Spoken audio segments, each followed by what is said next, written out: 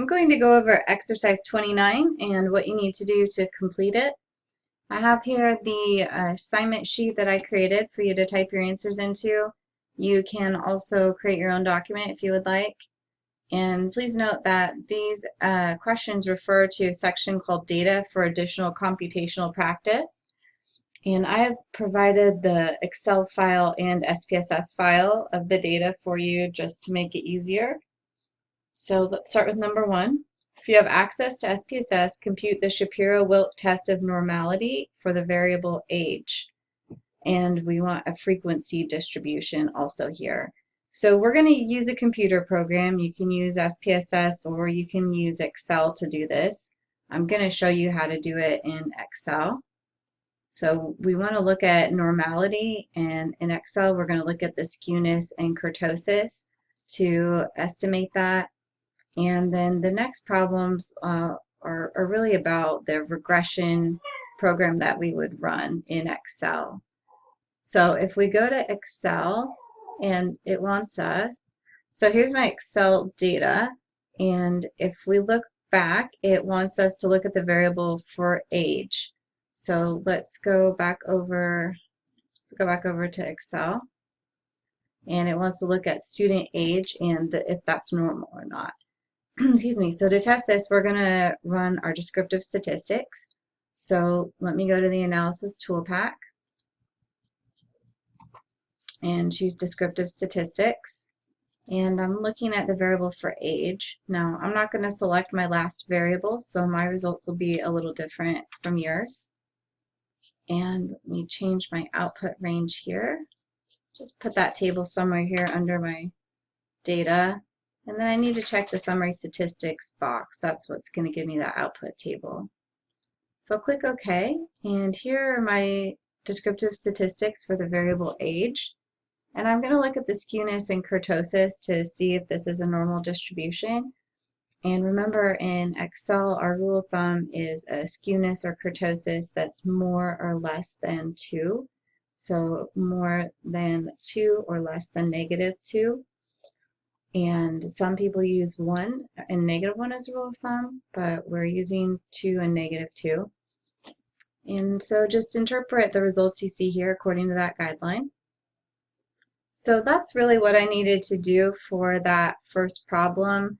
It just wanted us to do the frequency distribution if we weren't going to run a test of normality. So if you do that test of the descriptive statistics, just put those results right here and give a little interpretation of what the skewness and kurtosis indicate.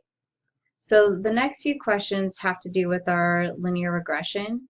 So let's go ahead and just run that linear regression in Excel, and then we'll come back and answer these questions.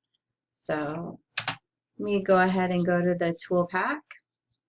And here I'm going to choose regression.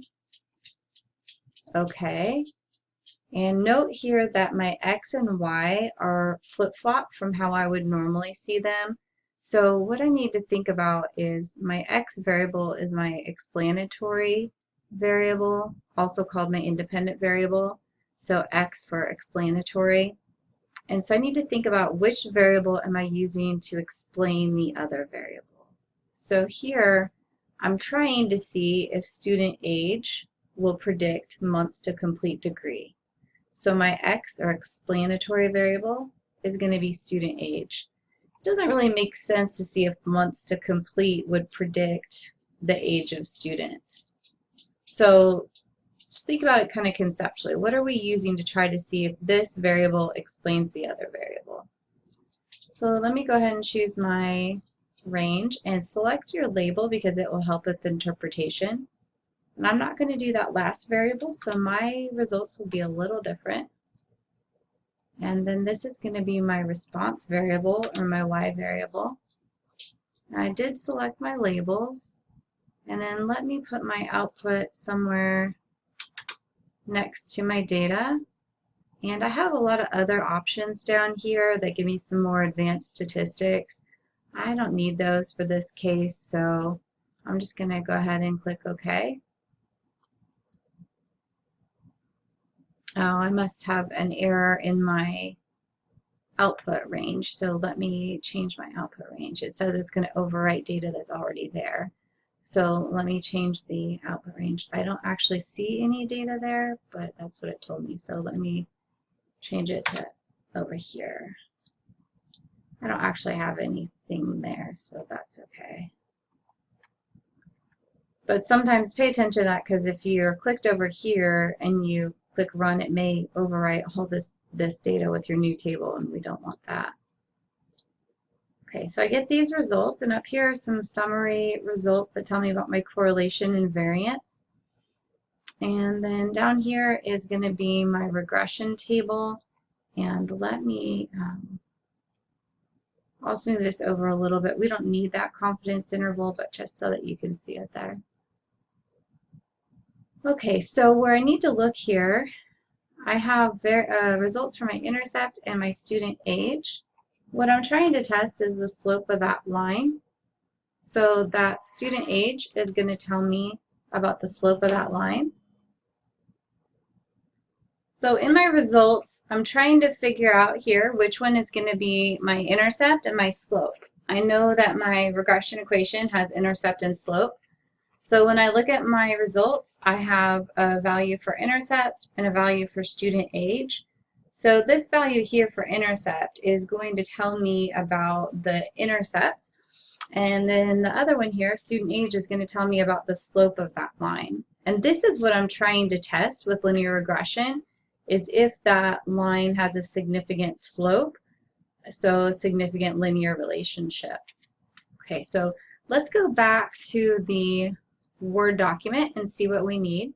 So first here we need to, for number 2, we need to state the null hypothesis for age at enrollment and if that is able to predict time for completion. So with linear regression, the slope of our line is going to be what we're trying to test. So our null hypothesis, we could phrase this a few ways. We could say our null hypothesis is that the slope will equal 0. In other words, there's no linear relationship. In our Troconetti's example from the Statistics Learning Center videos, we could say that temperature will have a significant or have no significant effect on Troconetti sales. So if we want to put it in words, that's what we would say, or that there's no linear relationship. So if we're putting that into these terms, so take these pieces of information, age at enrollment and time for completion, and phrase that along those lines, that there's no linear relationship or that age at enrollment is not a significant predictor. So phrase it in those terms for our null hypothesis for linear regression. We're not testing the difference between the groups like we have before. We're testing the effect of one variable on another. So now we want to know what the B is and what the A is. And these are our shorthand notations that we can use for linear regression. So just as a reminder, we have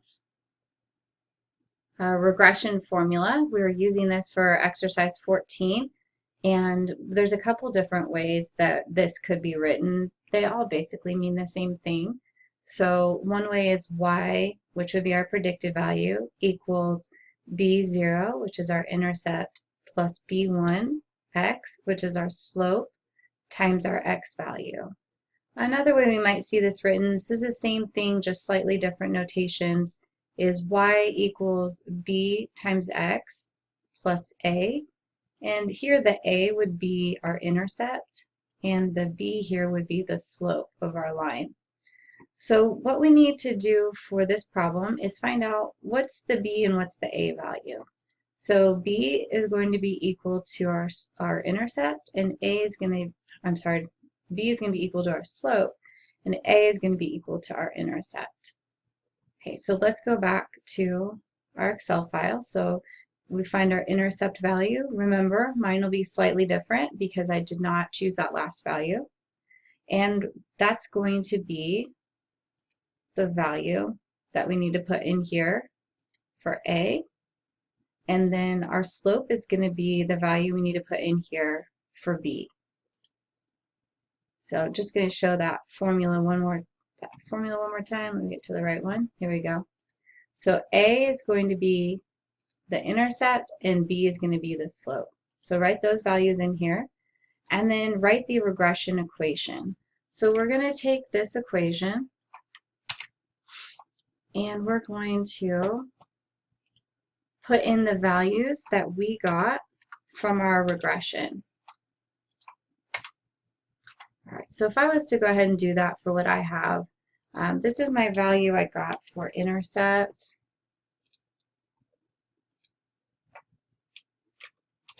So we just copy and paste these, and you know what, go ahead and just put that whole regression in here for me so I can see what you did with that.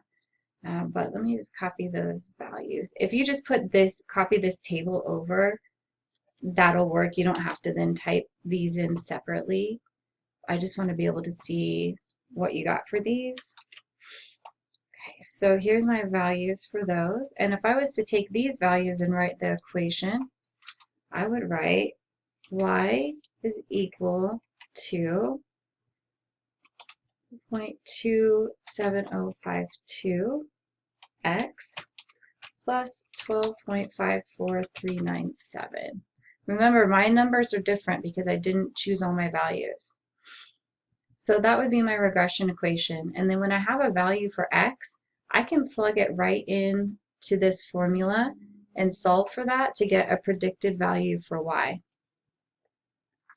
Number 6, how would you characterize the magnitude of the obtained R2 value? Provide a rationale for your answer. Okay, so my R2 value is going to be my R square. We've talked about correlations and Pearson's R. This value right here, my multiple R, is my Pearson's R correlation. I just square that, and that becomes R squared, which represents my variance. And variance is the amount of variability in one variable that's explained for by the other variable. So what variance is telling me is basically how much overlap there is between the variables. So if I had a variance of 25%, that would mean 25% of those two variables overlap. If I have no variance, then that would mean there's no overlap. Here I've got 81%, which is quite a bit. So variance just tells me how much those two variables overlap, or how much of the variation in y is explained by my x variable.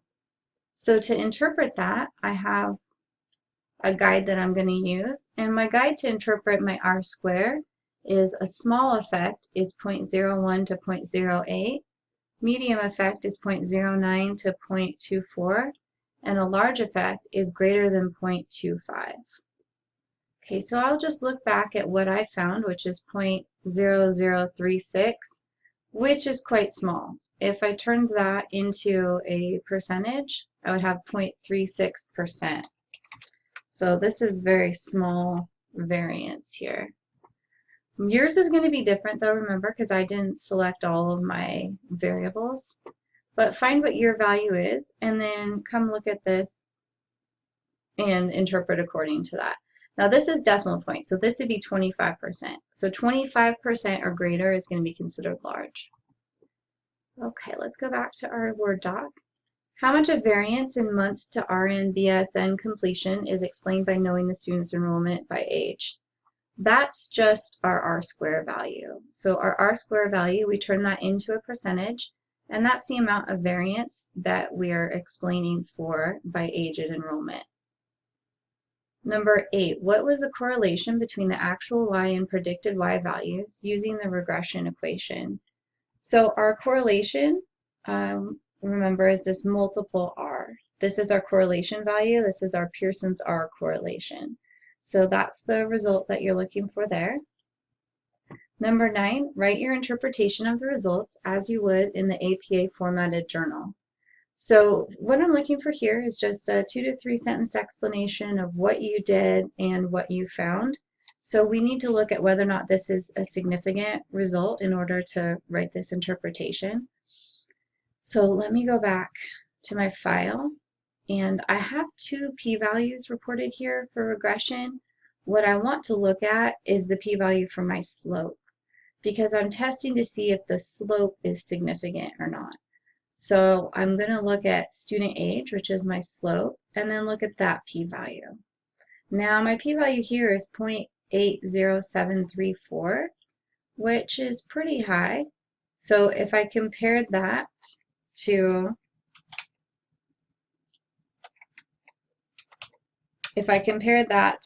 a p-value or significance level of 0.05, which is typically used, it's going to be larger than that significance level. So this is not going to be a statistically significant result. And my 2 to 3 sentence right up here would say something about what I did. So we did linear regression to test the relationship between age at enrollment and time to completion. And then you're going to say whether that was a significant finding or not, and then give your results from your regression equation. So you could just go ahead and write that regression equation here. You could also just give shorthand for the A equals B equals to give the slope and intercept values. Number 10, so given the results of your analysis, would you use a calculated regression equation to predict students' future completion time by using enrollment as age X? Okay, so was this significant, and do you think that this is an effective predictor of students' program completion time? So a little bit of explanation and look at statistical significance and whether or not you think this would be an effective method. And that is what we need to do for exercise 29.